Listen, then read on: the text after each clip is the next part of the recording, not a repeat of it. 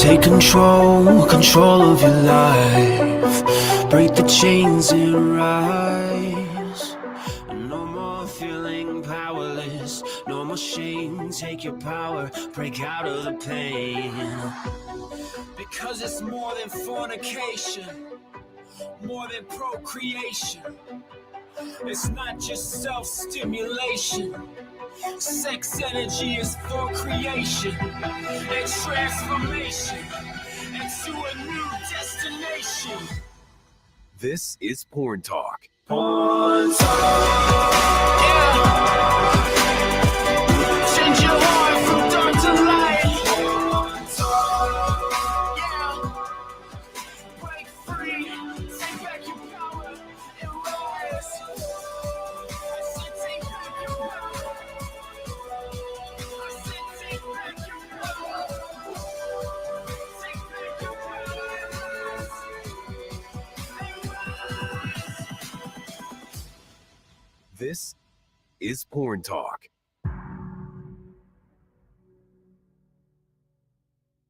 This is Porn Talk Live. Here is your host, Eric Zuzak. Welcome to Porn Talk, the show where we break free from addiction and channel sexual energy into achieving our greatest dreams. This is season 7, episode 1, and we're kicking it off with an episode unlike anything we've done before. Trust me. Today, we're going to dive into the paranormal side of porn addiction. Paranormal and porn, a dangerous mix that, for me, literally led to the psych ward. And joining me is a man who's been helping me step fully into my identity as powerful Eric, William Duffin, also known as Sir William, or Happy Medium Will. William, as you know, if you've listened to the show before, is an intuitive, and he's also a hypnotherapist with a gift for unlocking the subconscious mind and guiding people towards transformation. But beyond his work in hypnotherapy, William has also played a key role in one of my most bizarre, supernatural, and downright chilling experiences of my entire life. So buckle up, because this episode, titled Paranormal Porn, a Dangerous Mix That Led to the Psych Ward, is going to challenge everything you thought you knew about addiction, mind, and even the spirit world. So let's dive in. Welcome, Sir William. Thank you very much. I'm honored to be here, Eric. So this is happy season 7. This is season 7. Yes. Congratulations. Yes. You made it here. This is going to be unlike anyone before, because I'm going to tell the story on what happened to me when I mixed playing with the paranormal and porn, and it wasn't good. That's how you and I met, right? William was reading doing readings at a bookstore, and that's how I met him. So where do I start? So William. Start with how you ended up in Pathways. So in 2006, the St. Louis Cardinals were in the World Series. And I normally don't listen to AM radio, but the Cardinals, they wanted on, at the time, the big 550 KTRS. And so I had it on that station on AM, and it was happened to be Halloween, no joke. And I was at my girlfriend's house at the time, obviously before I was married. And I was leaving that night, and I turned the engine on, and the radio was already on, and it hopped on to Coast to Coast. You know the show, of course, William. And the show had, since it was Halloween, they had real life. They had real life ghost hunters, paranormal investigators on the show. Normally, wouldn't be a show that I would listen to, but it was Halloween, and it was kind of late night, and I just popped on the radio, so I decided to just listen to it.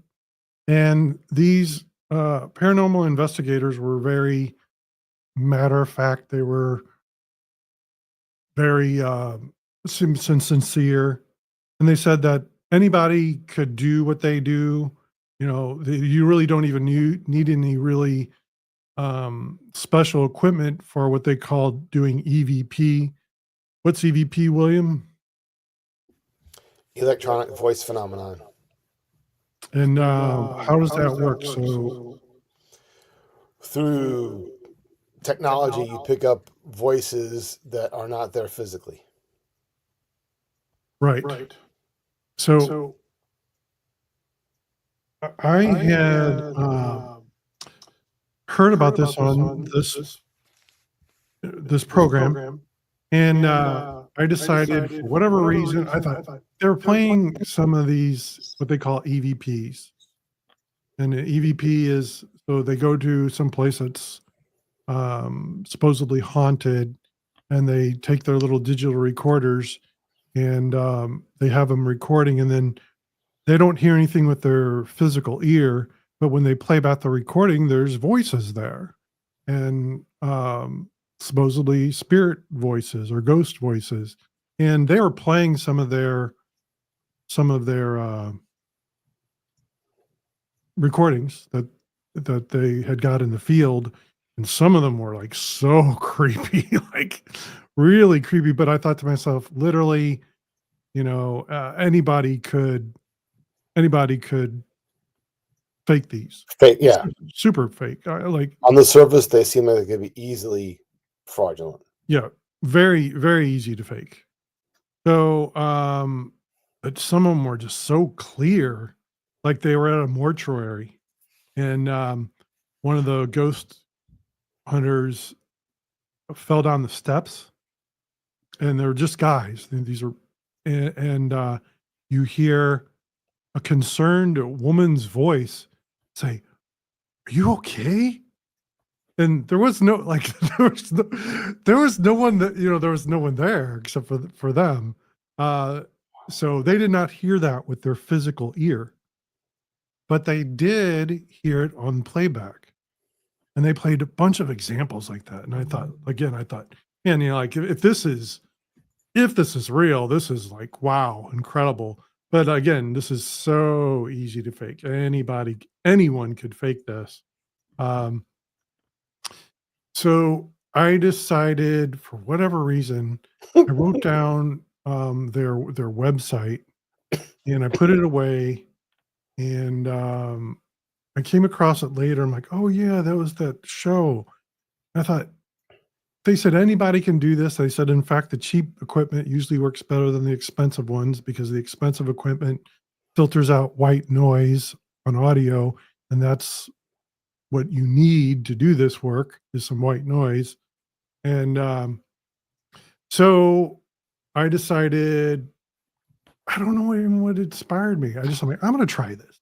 They're like, anybody can do this. Those voices were just so, like, some of them were really clear. Some of them were not. Some of them were super clear. And I'm like, I'm going to try this. So I thought the best place to go would be a cemetery. So I got a little digital recorder that I got from Target, and I went, and at this cemetery, there's two main roads that go by it. There's a lot of noise, and so I went and did it, and I didn't get any voices. So I thought, well, if there were voices there, it'd be really hard to hear, because they are faint and low, and you need to jack up the volume. And there was all the cars going by and stuff, and if there was something there, I didn't hear it. So I chalked it up as a failure. Like, of course, this doesn't work. But I thought, but if it would work, like that wasn't the best spot. So when I was at in my apartment, I got I just sat down. I thought, well, it's nice and quiet in my apartment, so I'm going to record in my apartment. And it's so crazy. So what? My great aunt, there's a picture of me with my great aunt. She's in the middle, and my brother is on one side, and I'm on the other, and she's kind of holding us in, like for this picture. She's long deceased, right? Mhm. And I just thought of that picture, and it still just freaks me out. Like I still to this day, um, I ask, I mentioned that picture, and I'm recording, and when I play it back, it chills right now. When I play it back, there's a really whimsical, ethereal, very quiet voice that says, "I love you both." It's like I'm getting chills right now just talking about it. Like, and this was 2006. So my deceased aunt, great aunt, knew that we were both in the picture, and I was referring to that picture with me and my brother. And she says, "I love you both." And like I said, and it was even like something out of the movies, because the way it came across, it wasn't just like, us talking. It was really whimsical, ethereal, breathy. But it did have the quality of the way she sounded, though, even.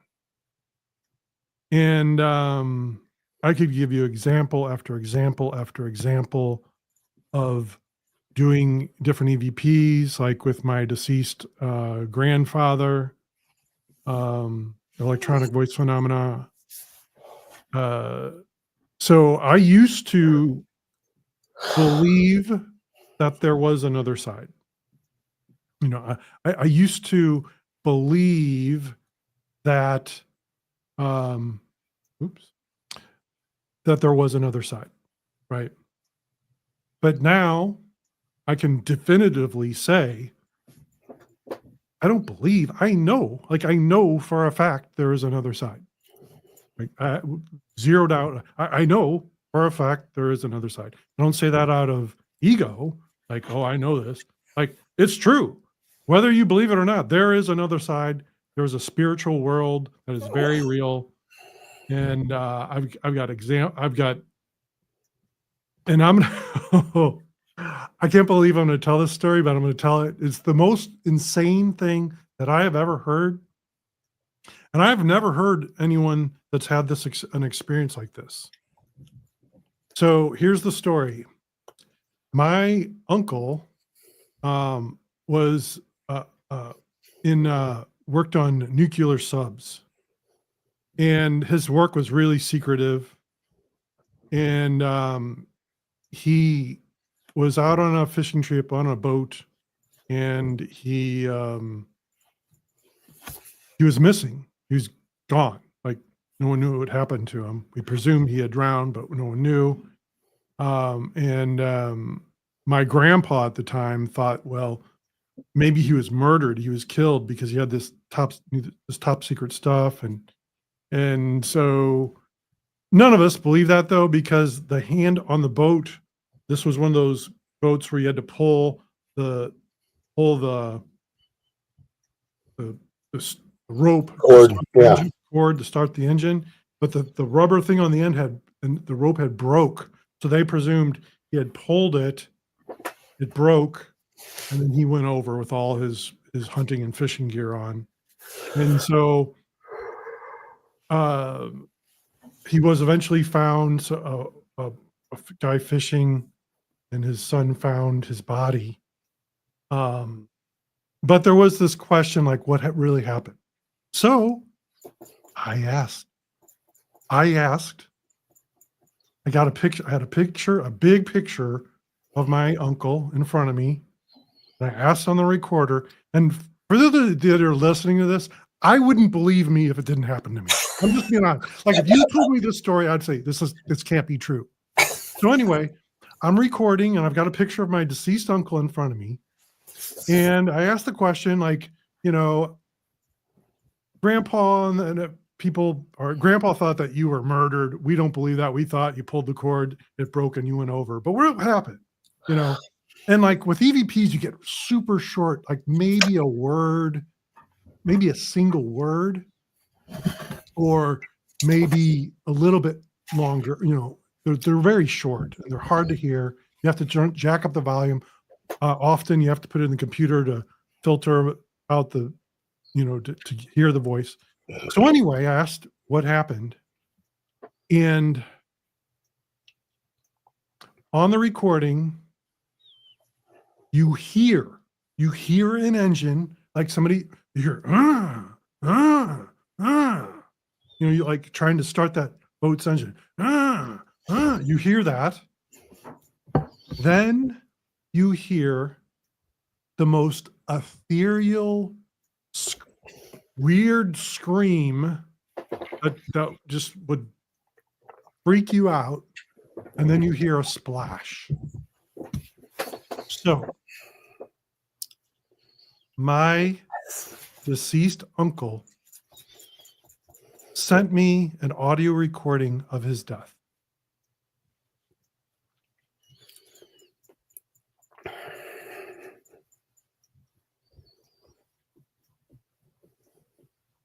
In all my work, when I opened this door, I went in deep. I studied everything. I read all the books. I took all the classes. I literally I started working at a metaphysical store to learn more.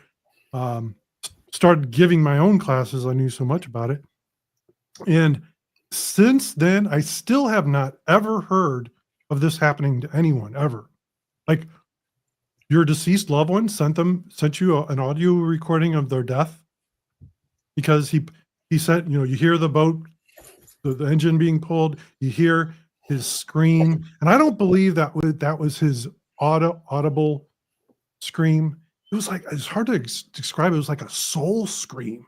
Like he knew that, I don't know how to describe it, but that scream and then the splash in the water. So I'm like, oh my gosh, like this is unbelievable. So I go to my dad. I go to my dad and I'm like, first I got to explain what I'm doing. Like, what?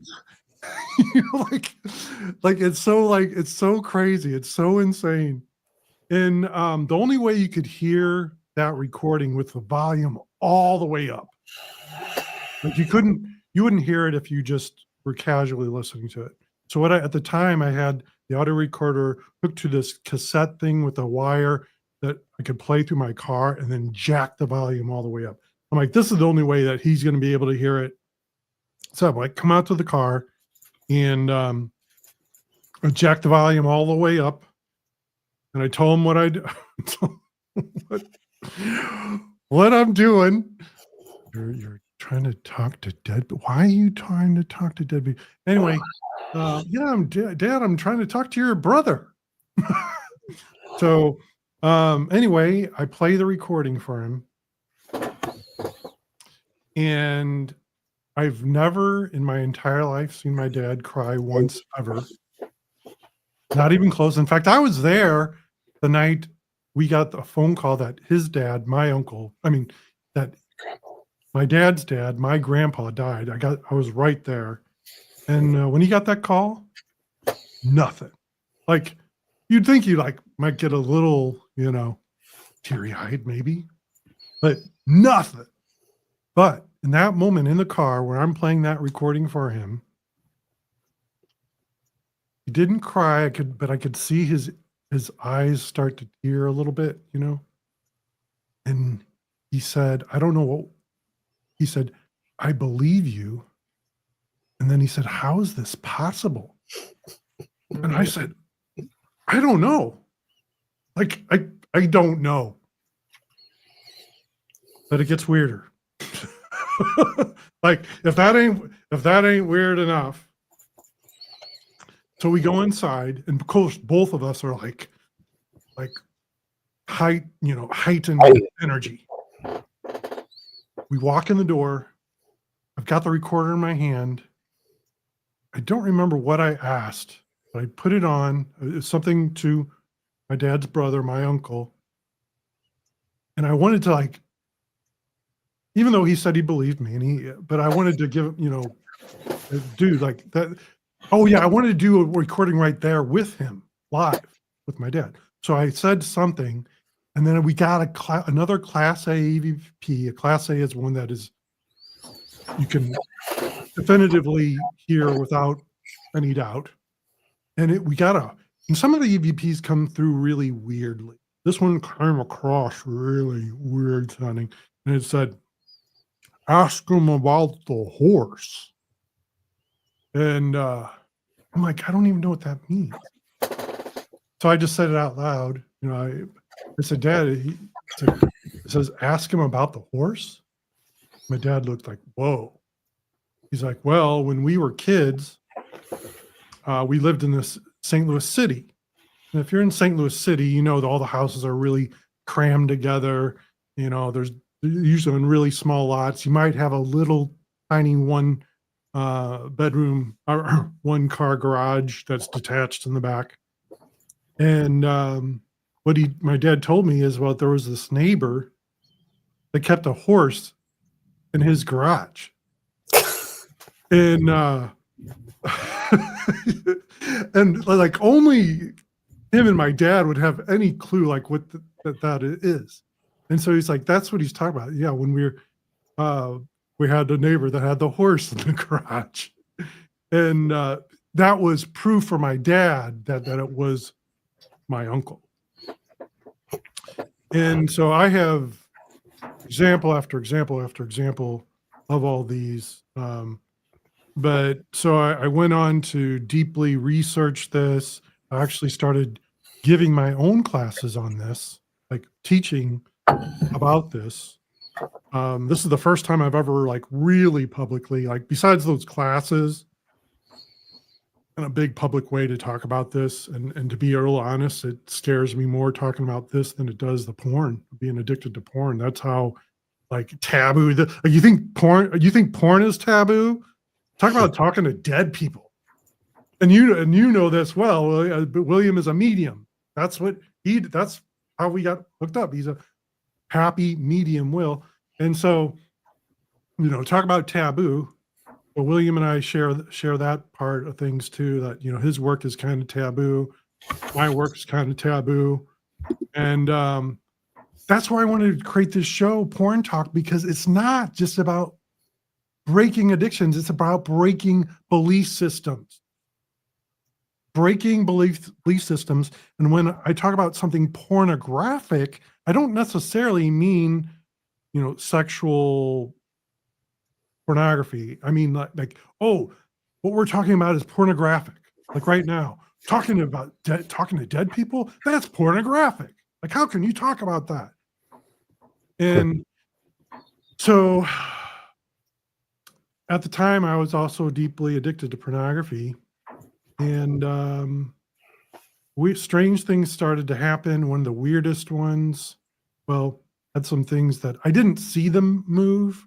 Like I didn't see anything float across the room. But I'm like, I did not move that. I live in this apartment by myself. And I had some weird things like pictures falling off the walls. One of the scary, my tongue turned black. Oh yeah. And I was doing this story for my stories in a limited way in my book, Think Big, with Brian Tracy. My story's in there. And they didn't want me to put that part about the black tongue in there. So I removed that. But so I had all these weird things start to happen, and it just got really scary, and I started to develop what I call EVP ear. And EVP ear is that's something I coined, by the way, EVP ear. And that is, you do EVP enough that you don't need the recorder anymore. You've opened a psychic door, your crown chakra, and I literally felt like something was on my head, playing with the hairs on my head, and I was really concerned. I thought something was wrong, and I went and talked to a mutual friend of ours who's a psychic. Um, he was the principal of the school, just his first name. We don't have to anyway. He assured me, he said, Derek, there's nothing attached to your head. He said, your crown chakra is opening more because of all this psychic paranormal work that you're doing. And he said, some people physically feel it. He said, most people don't. Most people do not feel anything. But I literally felt like there's somebody with their hand on my head doing this. And so what I started to say, oh, when I realized that it was not that anymore, I'd say, oh, my spidey senses are tingling. My spidey senses are tingling. I mean, it's literally a tingle. Like, so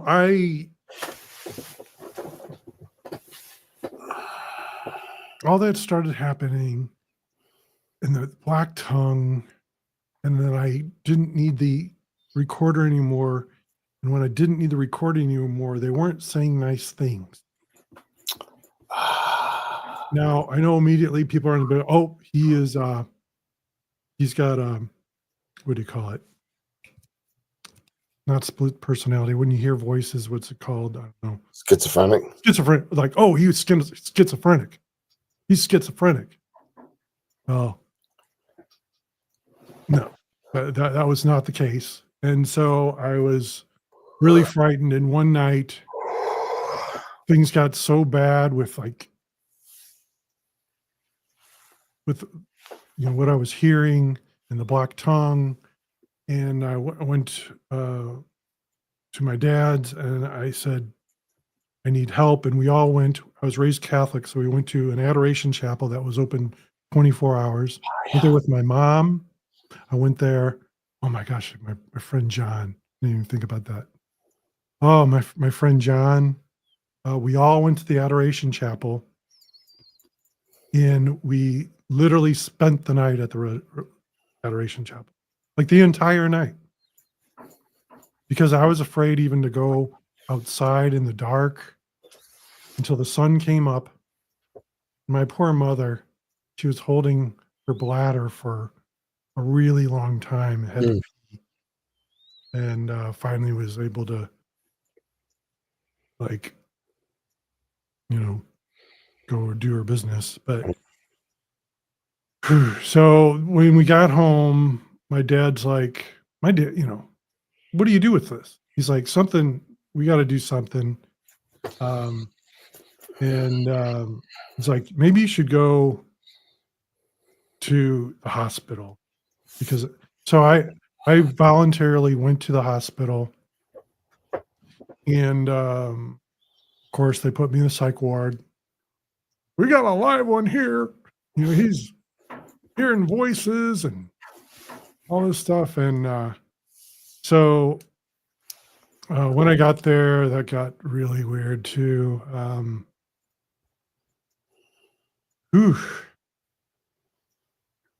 I left out a big thing on why I went to the hospital. So I went to go see a Catholic priest. He's a psychic Catholic priest. They don't call it that. They call it his gift of discernment. And, I went to go see him. This is literally something I got out of the movies. Like, I went to go see him. We're in a parking lot. I'm going to see him, and guess what happened to me in the parking lot? I threw up. Like, I literally threw up. Like the Exorcist. You have to throw up. I literally threw up in the parking lot, and I opened the door on my car and I thought, oh my God, I must have left some food in my car is rotting. You know, like there's something in my car that is putrid. Open my car, like something's absolutely putrid. It literally smelled like somebody, a dead. I've never smelled a dead body before, but I would imagine this is what it smelled like. And I searched my car high and low. I realized, then it just dawned on me. One of these things is making me smell this. And it was bad, like it was bad. So anyway, I'm turned myself into the hospital. I go to the psych ward and would always have trouble sleeping. So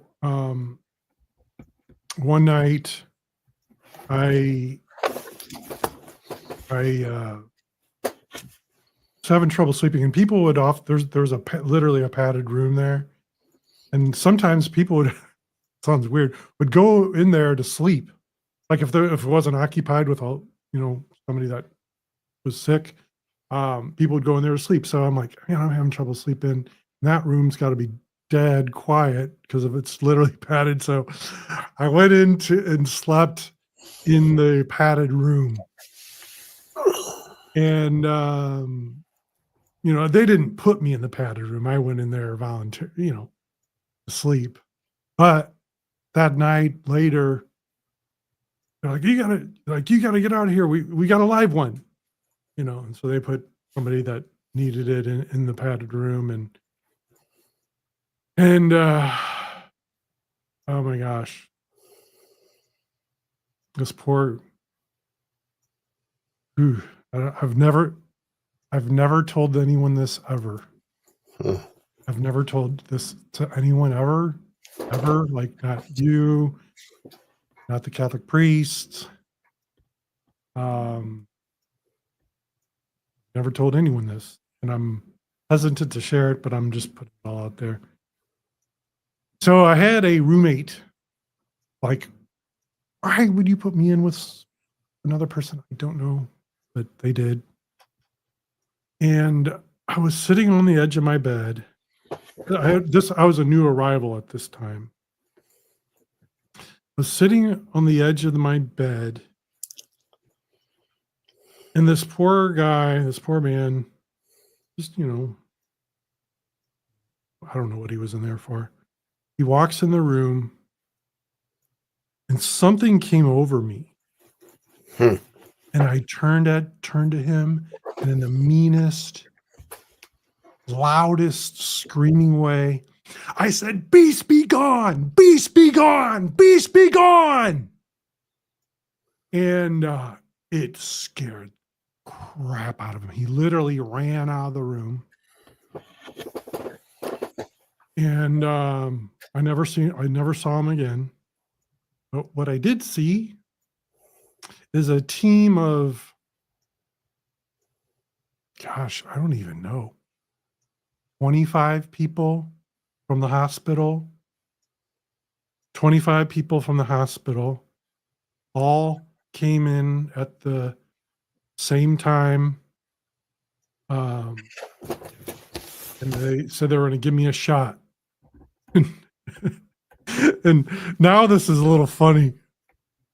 They're going to give me this shot to put me out. We had this huge group of people come. And I'm not like, there are a lot of people. And, okay. I remember. This has been so long since I'm screaming, "Beast be gone, beast be gone." Anyway, people come in, they grab me, and they inject me, and they knock me out. And then there was another type of thing that happened in the hospital, and that's when the group of people came, They said, we're going to give you a shot. And this is the funny part. At least I think it's not funny, but I said, all you had to do was ask. Like they sent you like 25 people with one guy with a syringe. And it's like, I said, all you had to do is ask. Yeah, you can give me the shot. But I can't believe I'm telling this. I've never divulged this before. And there's so many weird things that happened. In the hospital, my girlfriend at the time, I had this voice come to me and say,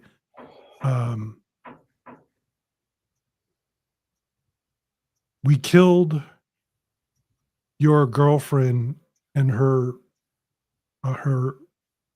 son in an automobile accident. And so I remember walking at the psych ward place and walking and hearing that, and all of a sudden just bursting out into tears and crying. And one of the people that worked at the hotel, this was late at night, one of the people that was working behind the glass, like, are you okay? Like, what's wrong? Are you all right? Because I just burst out into tears. I'm walking, and all of a sudden I burst out into tears to hear that my girlfriend and her son were not killed. But I'm just giving you some examples of this crazy stuff that went on. So again, remember, I'm addicted to porn at the time this is all going on. So I was doing this EVP stuff. And I wasn't like doing EVP and porn at the same time, but but I honestly believe that because I was heavily into pornography, that there were dark spirits around me. And that because I was doing this paranormal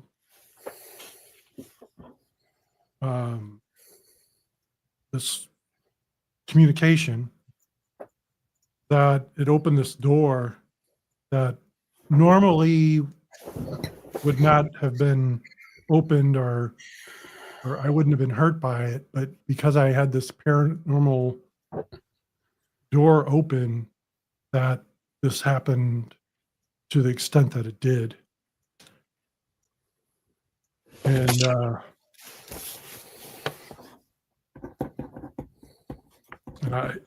my family, to this day, I have not talked to them about what happened on that night where everybody had my family. Well, it was just my mom and my dad, and my friend John. God bless him. Man, I put him through some stuff with this too. I was so frightened. I went over to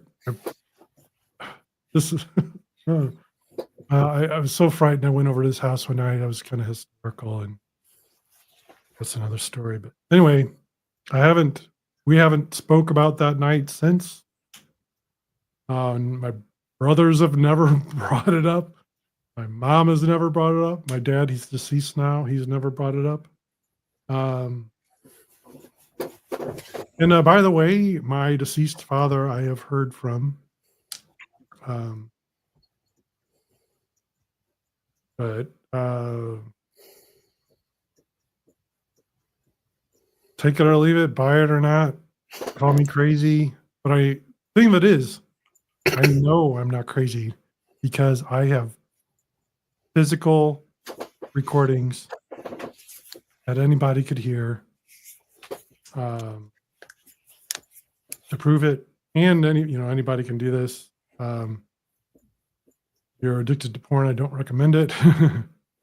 So then, when I got out, weird things were still happening, and found this metaphysical bookstore where William did readings at.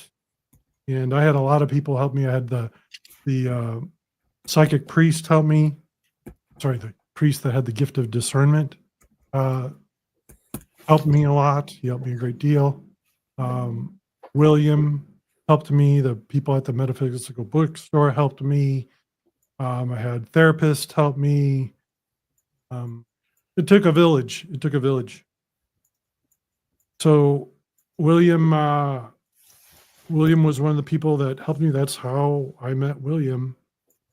And I can't believe I'm saying this story like out loud to everybody because, again, if I were on your side, I wouldn't believe it. It's just too, like, it's so crazy.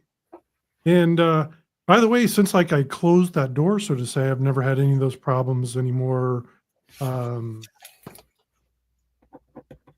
William is one that helped me to energetically close that door.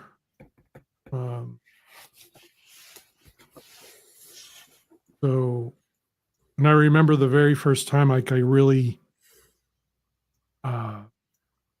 talked to William. He had on a suit and tie, and he was giving readings. I'm like, man, this guy's a pro. Like, you know, he looks like a professional. Like he's a psychic medium, but he's just not some hillbilly or, you know, that looks like a gypsy or something like that.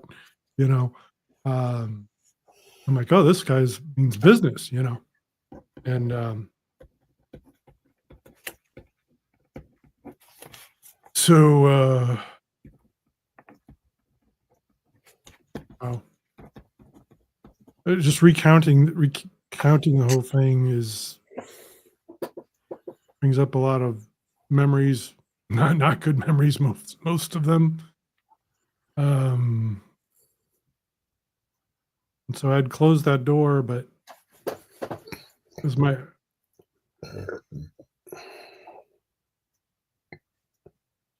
I don't know, William. I know you haven't, like I said, I haven't told anyone parts of this story. What are your thoughts and, you know, pornography, you know, addiction? I'd like to help fill in some blanks of how the porn addiction and the spirit experiences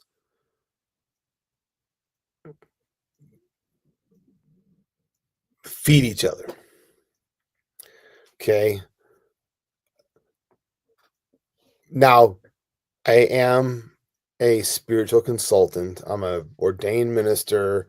I'm a professional psychic medium, and I'm a certified hypnotist, but I am not a therapist. So I'm telling that to the viewers and listeners so they know my background. All right. I do know a lot about trauma, but I never did get licensed as a therapist. But I'm going to tell you something I'm pretty darn sure of. It's not just the porn addiction that opened you up to that, let's say, negative experience. It's the trauma behind the porn addiction, which we've talked about at length over the past 7 years. You know,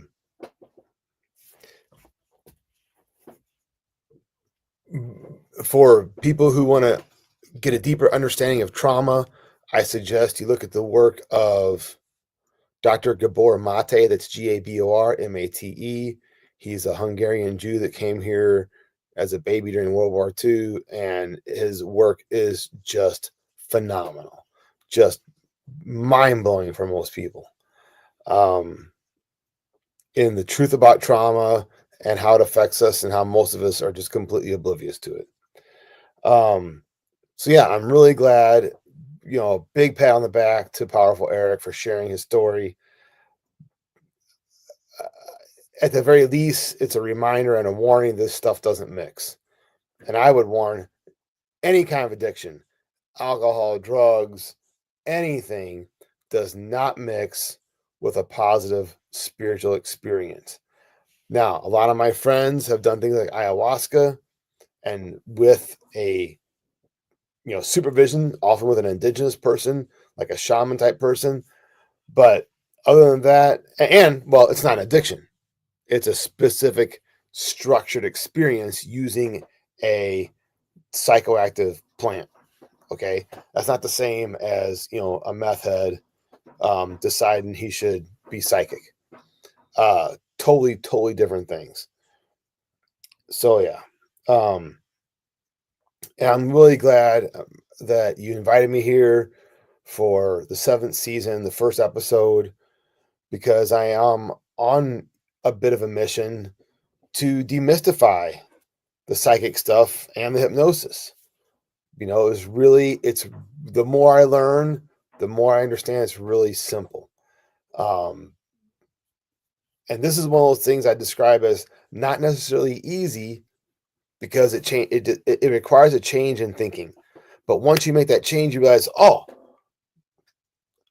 I call it the red Toyota phenomenon, because when I was married the first time, my wife got a red Toyota, and she comes home like, oh, now I see these red Toyotas everywhere.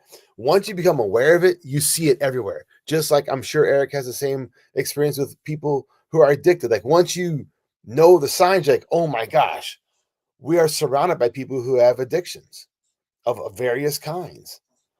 And especially when I use the definition of an addiction that Dr. Joe Dispenza uses. An addiction is anything you can't stop doing. Period. Let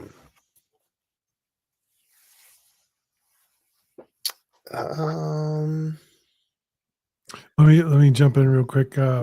About addictions. One of our mentors, Deborah, is a spiritual mentor for both of us. She's now deceased.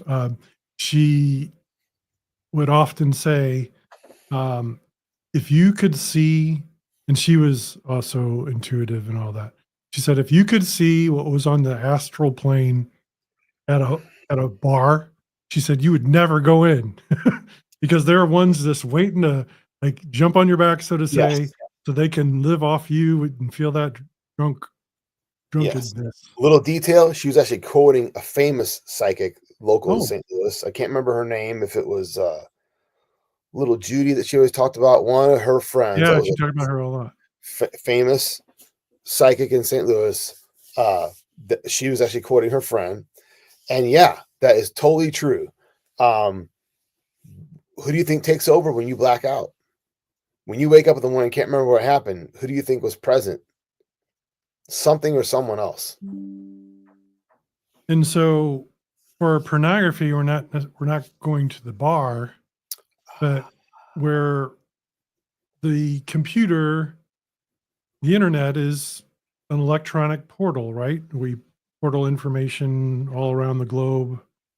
And in my opinion, we are opening, when you get into pornography, you're opening this spiritual door to people, just like at the bar. They're gonna hop on your back to get drunk. They're gonna hop on your back to get that high from pornography or whatever it is that you're doing. And it ain't good. It ain't good.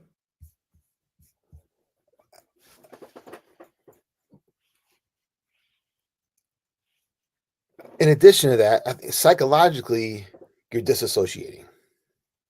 You're taking your attention out of the current reality and putting it in that computer screen or whatever you have in front of you. What's that mean, disassociation? You're checking out, mentally, emotionally checking out.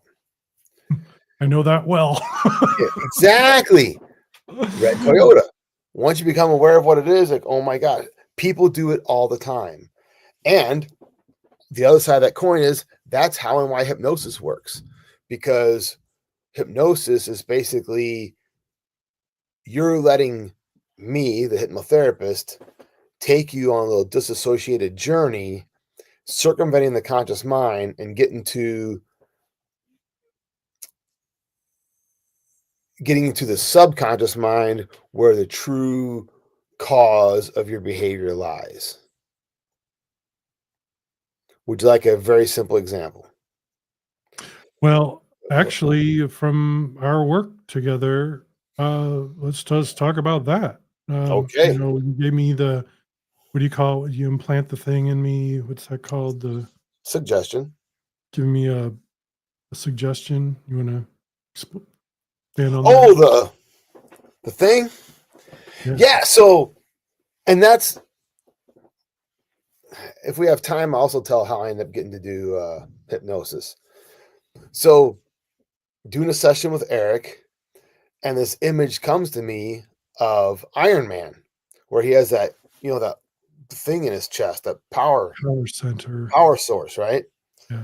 And so it comes to me to suggest to Eric that he has one of those, and anytime he needs power or needs to focus on his center, he just taps that, and I'm gonna jump to the end. He comes out of the session.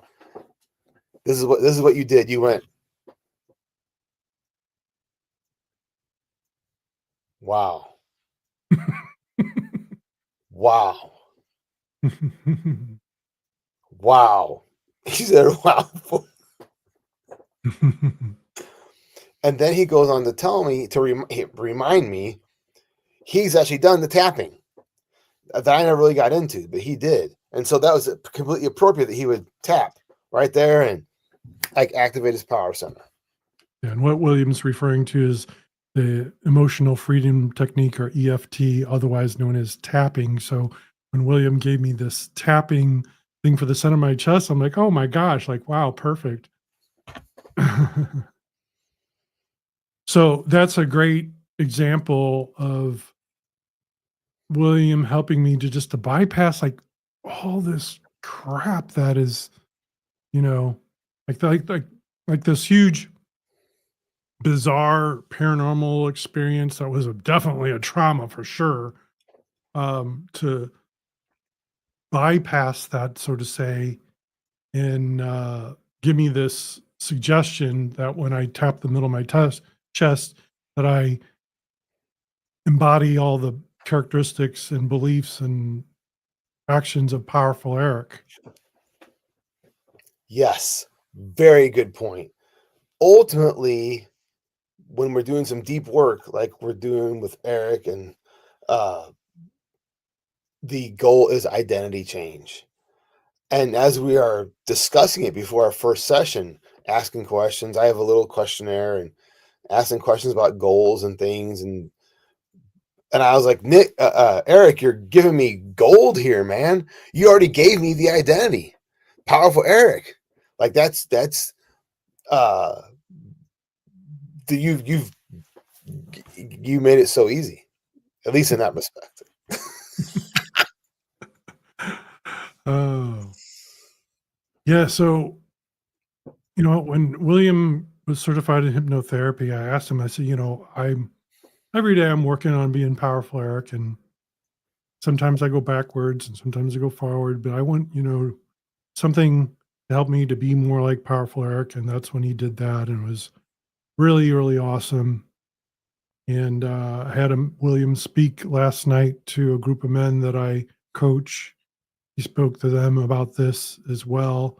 They all have their power names. And so I'm just, William has become such a great friend of mine. We it's been what's that song from the Deadheads? What a long strange Long trip friendship. it's been. It has been Yes, a sir. long strange trip. It's been really strange. Hey, who's to say what's strange? Who's the what? Who's to say what's strange? Yeah, yeah. Especially nowadays, my goodness. Mm-hmm.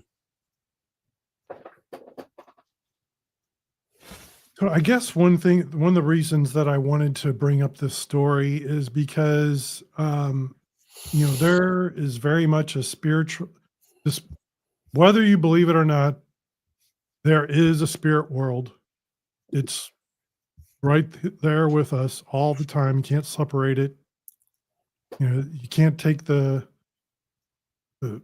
fish doesn't realize it's swimming in water.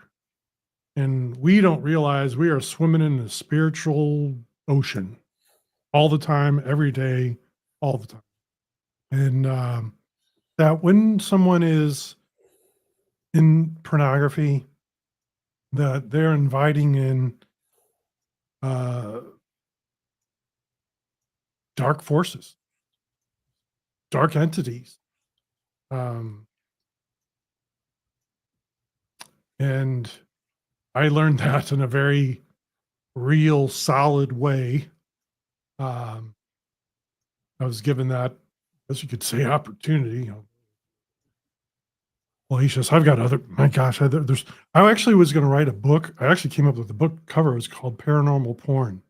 I was going to write a book about it. I actually found somebody to help me with it, but then never, because I have so many other strange, weird stuff that happened. Like it's so many things.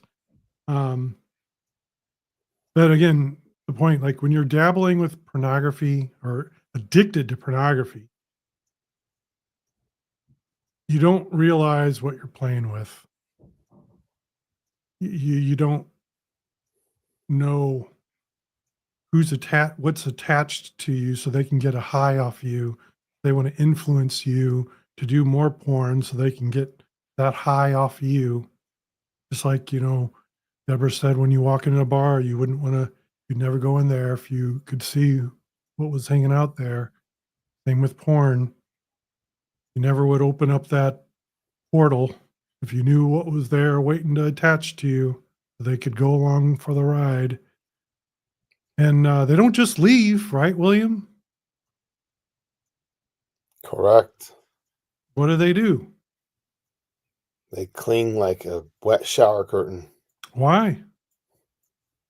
because you let them and they get energy from you. And they want, So until you cut them off, they'll keep They wa- sucking like a leech. that's right, they want more. I want more, more, more. I have to say, like, telling this story, I feel naked. Like,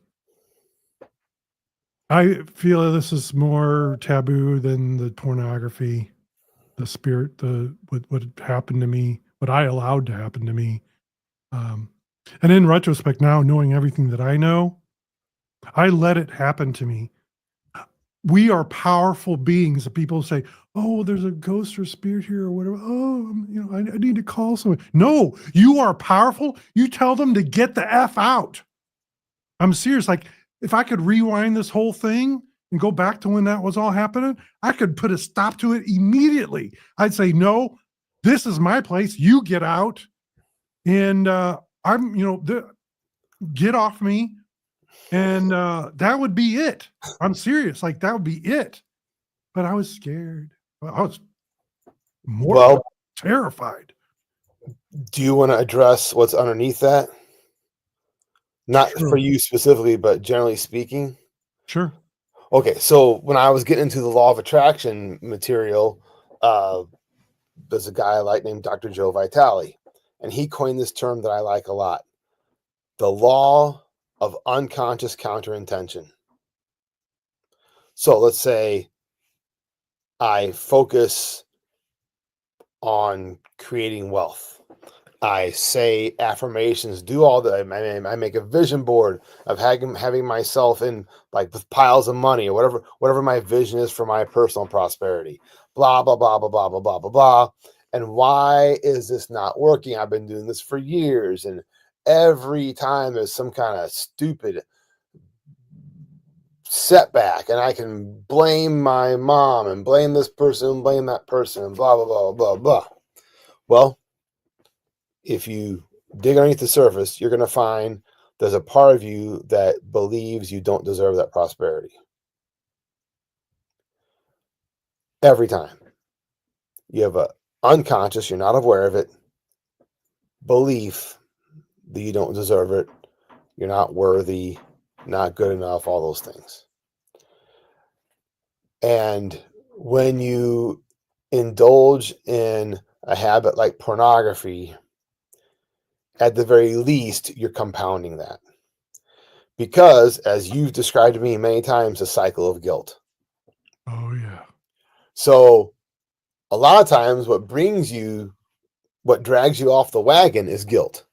I feel guilt about being mad at my wife or whomever. I'm mad. Yes, exactly. Internalized anger. So I'm mad about this. I can't do anything about it. So I'm going to escape my anger by doing this habit. And, like, all the time I'm walking towards the computer and booting it up and opening up the page, I'm fighting myself about it. And I'm justifying, I'm rationalizing, I'm saying that, well, it's not that bad. Everybody does it. It's not like I'm looking at, children or anything. It's just, it's adults who, the women get paid for getting their picture taken. You can have all this rationalization, justification, but who wins is the subconscious part of you that's in charge. Subconscious wins. It always The wins. traumatized part of you is the one who wins. The one who's not. So if everything, this story that I told you, to summarize this up for people, what would you, if somebody is listening to this, they're addicted to drugs, alcohol, or porn or whatever, like what would you, somebody that's struggling right now listening to this, what would you say to them?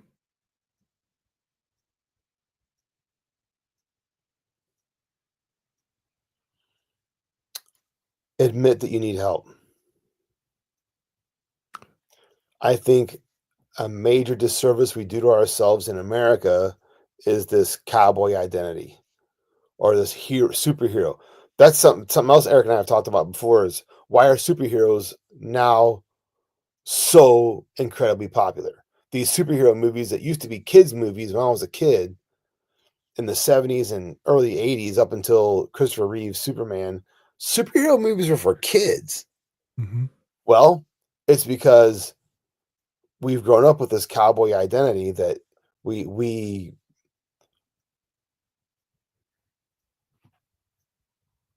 think we should be able to do it all. And it's simply not true. I'm a big fan of it takes a village. We need each other. We are here for each other. So I think the first things that's important to do is admit that you need help and be ready to accept help. I love Be it. willing to accept help. Perfectly said. And speaking of help, if someone wants your help, either with hypnosis or your intuitive coaching, how do they get a hold of you? Great. Phone number, you can call or text 314-403-4744. Website is Medium Will, MEDIUMWILL, mediumwill.com. You can click on the hypnosis page if you want to know more. Email me through there. My email address is william@mediumwill.com. Perfect. All right. Well, thank you for being here, William. And thank you, listener, for listening and letting me tell you my story. And I'm gonna leave you that, there is hope. So with that, we will see you in the next episode, William, or everyone. And thank you, William, for being here. My pleasure. Stay powerful.